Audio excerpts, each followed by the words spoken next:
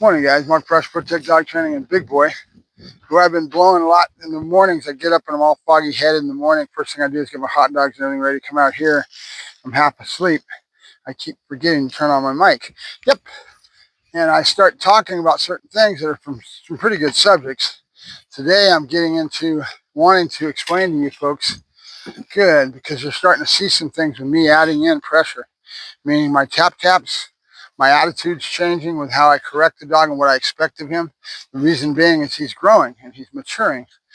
Yep. Now the other thing is to understand soft dog, strong dog, hard dog, right? You hear these topics every now and then. You'll hear someone talking about a hard dog mentions a soft dog. Basically, it's the best way of explaining it. Getting into it in depth would probably only confuse you more. But what it boils down to is the dog is just a couch potato, or is he a working dog breed? Is he has more stoutness? Is he a Dogo Argentina, Rottweiler, something that's a little bit more stout? Yep, good. Dutch Shepherd's a very a stout breed. They're a strong breed. Their dog has been bred for the last 200 years and really concerted in the last 20 years towards a job of protection and bite work with the genetics that I get into, which is BRN members, and getting into that. And if you start to coucher, good, study and understand the industry, 20 years or so ago when we were doing Iraq and all the stuff that we've been doing, they wanted a canine to fill a larger purpose and have more tenacity and keenness on the. This is what they came up with. The Dutch Shepherd or some of our KNPV bloodlines, Malinois that we've got. But genetics matter. Where are these dogs coming from? Good. Where they've been bred for. And my lines are very keen in that way, more towards the tier one that you hear about. Now, tier one dog, when I say tier one, it's the military dogs doing all the rappelling out of helicopters and all the advanced stuff that they do within their programs. They have to have a special dog who can handle that. And that's what these guys are all about. That's the bloodlines that I'm into. Yep, good, and genetics matter, right? This is out of a very well-known bloodline. Boris is the name of the dog that is known to reproduce himself, a very strong dog. That's why he's so popular, because a lot of dogs, they can do great on paper and get out there and compete, OPA, but then when they get to be a stud, they don't reproduce themselves. So there's the key. And you see it in horses and in dogs, where the trainers and people that are on the backside of the track and the backside of the kennels and stuff, they know their stuff. They've been doing it for 200 years or more longer, right? Breeding and what we're doing towards a purpose, right? Couche, good. So when you get somebody like me that's a balanced trainer, you're going to see me use aversives. And aversives I'm talking about are nothing more than a tap on the leash, right? Where you want to take it, but it's the biggest thing is to be fair. What is fairness? Consistency in the rules. Having exactness within those rules, that creates the fairness the dog can rely on. As long as you do that and you're not wonky and all over the place where you're a nut, the dog is going to learn. It doesn't matter. OPA, you see some real unorthodox training methods, believe me. Up, good. All right, with me, come on. Now I've already had the dog out here for a good 20 minutes yakking at the screen, so he's on the backside of being burnt out. Nope, good, come on, let's go. Good. I missed it because I didn't have my mic on. I got in some pretty good subjects, but I don't know if I want to post some of it. So controversial, a lot of this stuff. OPA, good. And then it's only as good as the person using it, right? I can put it out there into the universe, but if somebody really doesn't understand it, have the instinct and the ability to read the animal and to know what's going on in the dog's head and the wiring in the inner core, it gets kind of hard. Good. Big boy, couche, hut, good. So you see me coming down, I'm here, I'm ready for it, I know I'm going to do it, and I say couche, right away I explode, and there's a tap on the downwards. Right away the fruit is there, right? Right into drive. We're teaching the dog to go into drive. So we're basically setting up a negative into positive, positive, right? It's how you flow with it that matters. Now I just used all my hot dogs, we're done. Big boy, I see. Good, good. Big boy, couche, good, there you go. I'm going to end it on what I was working on. Nope, couche, good. And you're teaching him to understand and respect a correction. What is it? If you don't show him what it is and applying it like I am now at his age, He's not going to know it. If you went in later, let's say a dog comes in to me, and I've got a customer coming at me now that's got an 18-month-old Dobie, and that dog has not been treated with the right inflection of how he's going to work the animal. So the dog will probably pout. He's going to go through a whole pouting series because he's not going to understand how to accept pressure, right? Pressure on, pressure off. But it really does. It builds a lot of character. The way to look back at that is to understand, I think I said it on the other one. Let me go ahead and repeat it. Good, good, good boy. Is about how you raise a child, right? You'll see some parents that over coddle their dog. They don't believe in spanking. They don't believe in having any sternness. They want to poo-poo the child their whole life.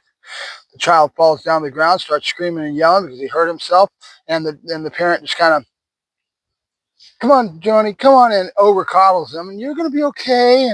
And then what do you think you're going to get character-wise and strength-wise out of that development of that child?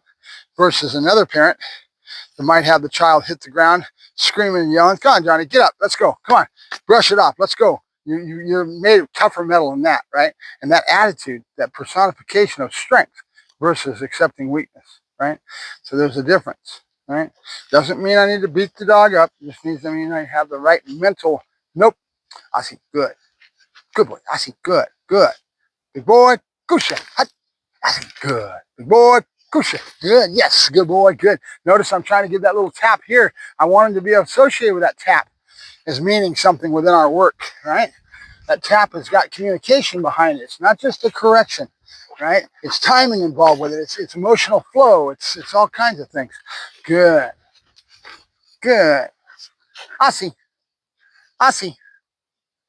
Kusha. Yes. Good boy. Good. There you go. Good boy.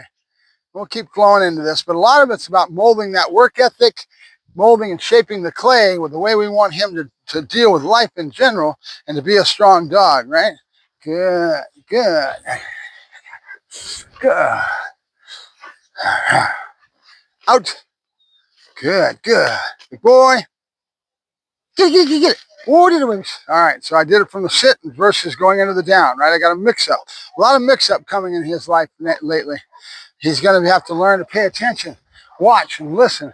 And that aspect of things is going to grow with how many things I add to it. Meaning this is only two. I'm going to sit and a down, right? Later, I'll have 3 and 4 and 5 things that I'll have him have to differentiate from. Out. Out. Aussie. Good. Big boy. Cushion. Yes, good boy. That was good. That was good. Good boy. Good boy. Yeah, good boy. Good. Yeah, good boy. Good. Good. Out. Aussie. Aussie. Good boy. Good. Good boy. Get it. Good boy. Cut. Like I said, he's kind of burnt because I had a whole 20 minutes of yak with no yak because I had no mic on. And we'll get a dead space. So I deleted that one. I did. I deleted that one. Yes, I did. Out. I'll see. Good. Good boy. Goose. Yes. Good boy. Good. There you go. Notice how I jump back. It's an explosion into the thing. They're like a difference in your intensity. You ever see a dog where they'll be playing, and you'll have 2 dogs out in the backyard, and one dog goes into a bow real quick to be zipping all over the backyard. All of a sudden they freeze and they go, and then they bounce away, right? They love that. Out, out, good. I see, no, I see. Come on, go, yes, good boy, good. Okay, mix up. Come on, buddies. Good boy, that's good, there you go. Good boy, that's good, all right, good. All right, big boy, out. Out. No. Done. Good. Done. Good. We're done. Good. We're done. Good. You want to go eat? You hungry? He says, I'm hungry, Dad. I am. I'm hungry. I'm hungry. Good. Good. That's my boy. Good. Okay. Communication with the leash, right? Good. Adding up as many contextual locations to be able to add that up so the dog understands the communication. He just put his head down. He wasn't necessarily after food, but right away I tapped him up. Right away, bring him up with my hands, right? Good boy. Where do I want him? I want his head up. I want his head up, so I praise underneath the neck. Huh. I create a behavior going to the face. Yes, good boy. And then right away I would go into hot dogs. They go into my patterns. Good, good. Big boy. Yep. All right, we're done. We're done. Let's go eat. We're done. You hungry? Let's go eat. Come on, let's go. Come on, let's go. Nope, we're done. All right, Mark Ferrasci, Protect Dog Training and Big Boy. Talk to you later.